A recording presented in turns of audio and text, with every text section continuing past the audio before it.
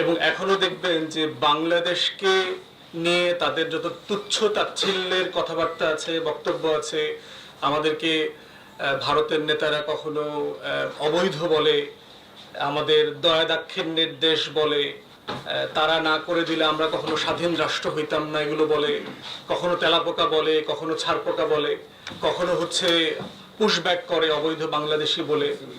এবং বাংলাদেশি যারা ভারতের লোকদের সাথে মিশছেন অথবা যারা ভারতে গিয়েছে তারা দেখবেন যে বাংলাদেশি ভারতে একটা গালিতে পরিণত হয়ে গেছে। দিল্লিতে, মুম্বাইতে, বিভিন্ন জায়গাতে দেখবেন যে তারা মনে করে যে ভারতে প্রচুর কাজের বুয়া এবং দারোয়ানের কাজ করে হচ্ছে বাংলাদেশ থেকে এসে, এবং ভারতের সীমান্তবর্তী অঞ্চলগুলোতে হচ্ছে কৃষি কাজ করে বাংলাদেশের লোকরা। অতএব বাংলাদেশি শব্দটা ভারতে একটা খুবই নিম্ন জাত আর কি, নমশূদ্র টাইপের একটা শব্দ আর কি, হয়তো বাংলাদেশি আর কি, হ্যাঁ ঠিক আছে আর কি, মাফ করে দাও এরকম টাইপের আর কি। তো এবং অবস্থাটা এমন দাঁড়িয়েছে যে অনেক বাংলাদেশিকে নিরাপত্তার জন্য ভারতে হিন্দু নাম পর্যন্ত নিতে হয়। এ ধরনের ঘটনা আমরা জানি আর কি, কাজের বুয়ার কাজ করে, ছোট কাজ করে, যারা ওখানে চলে গেছে, বহু বছর আগে চলে গেছে ঐতিহাসিকভাবে।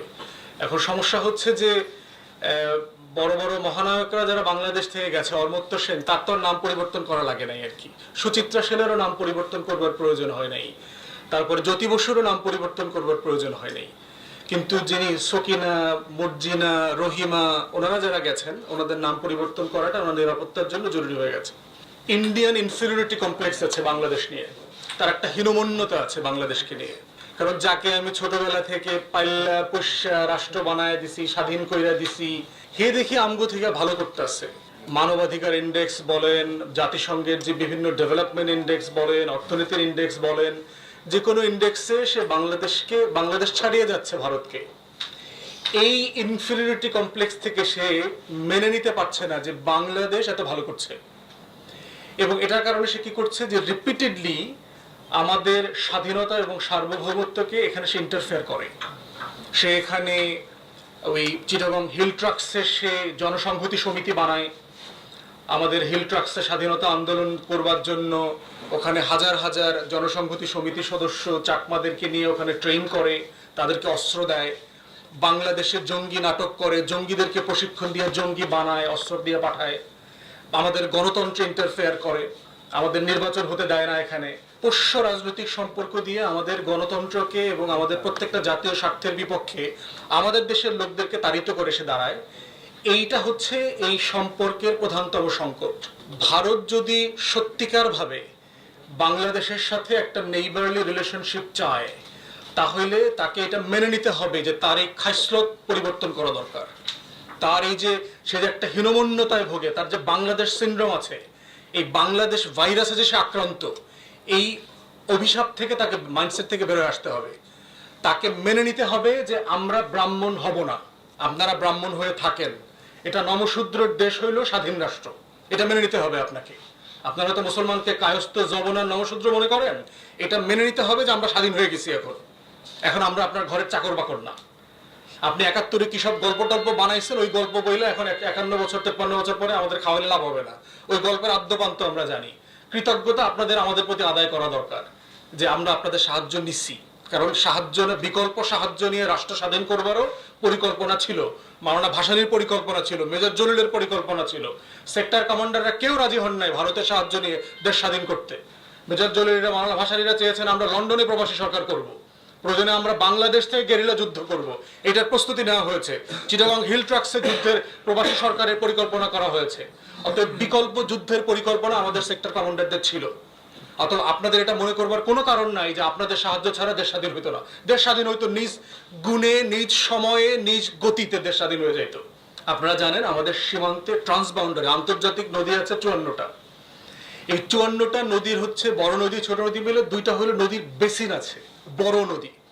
একটা হচ্ছে ব্রহ্মপুত্র বেসিন, তিব্বত থেকে আসছে, আর একটা হচ্ছে গঙ্গা বেসিন।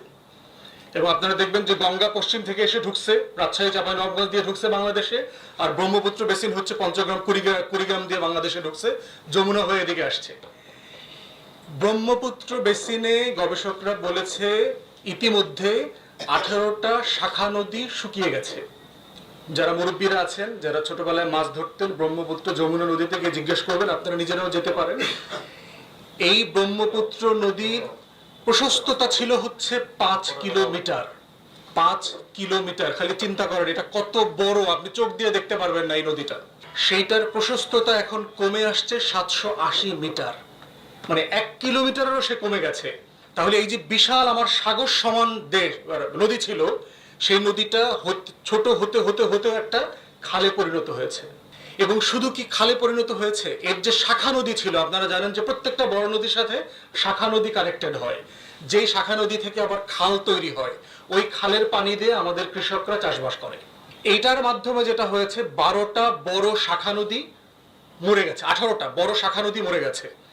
5 কিলোমিটারের প্রশস্ত নদী 780 মিটার হয়ে গেছে। শত শত খাল বিল শুকায় গেছে। আমাদের দেশের উত্তরাঞ্চলের 1/3 ইতিমধ্যে মরুভূমি হয়ে গেছে। আমাদের দ্বিতীয় পানির বেসিন হচ্ছে গঙ্গা, যেটা পশ্চিম থেকে, উত্তর পশ্চিম থেকে এসে বাংলাদেশে ঢুকেছে। গঙ্গা বেসিনের অবস্থা দেখেন, আপনারা পশ্চিমাঞ্চলে যান, বাংলাদেশের ইতিমধ্যে 300 থেকে 300 মেজর নদী শুকায় গেছে। ছোট যদি নালাগুলোকে যোগ করেন, 500-র উপরে নদী নালা শুকায় গেছে গত 50 বছরে। এবং এটার ক্ষতি কি শুধু সংখ্যাতে নদী কমে গেছে? না, আপনার ঢাকা শহরে এত বস্তিবাসী কেন? এত লোক ওইসব অঞ্চল থেকে দেখবেন, রিক্সাওয়ালা, মুচির কাজ করে, ম্যানুয়াল লেবার, যারা ছোট ছোট কাজ করে, রাস্তায় ভাসমান জব করে, টং দোকানে থাকে, বস্তিতে থাকে, এই মানুষগুলোকে জিজ্ঞেস করবেন, এরা অধিকাংশ হচ্ছে 1বার 2বার 3বার 5বার নদী ভাঙনের শিকার হয়েছে। তারা বারবার তাদের স্বপ্নগুলো নদীতে খেয়ে ফেলছে। এই মানুষগুলো কিন্তু ঢাকাতে বস্তিতে এসে থাকছে, ম্যানুয়াল লেবার কাজ করছে, যার কোনো নাম নাই, ঠিকানা নাই, পরিচয় নাই, বাড়ি নাই। আমরা পরিচয় হলে জিজ্ঞেস করি না, ভাই আপনার বাড়ি কোথায়? এই মানুষগুলোকে জিজ্ঞেস করলে বলবে যে ভাই বাড়ি তো নদীতে খেয়ে ফেলছে। নদী খায় নাই, বাড়িটা আসলে ভারত খেয়ে ফেলছে।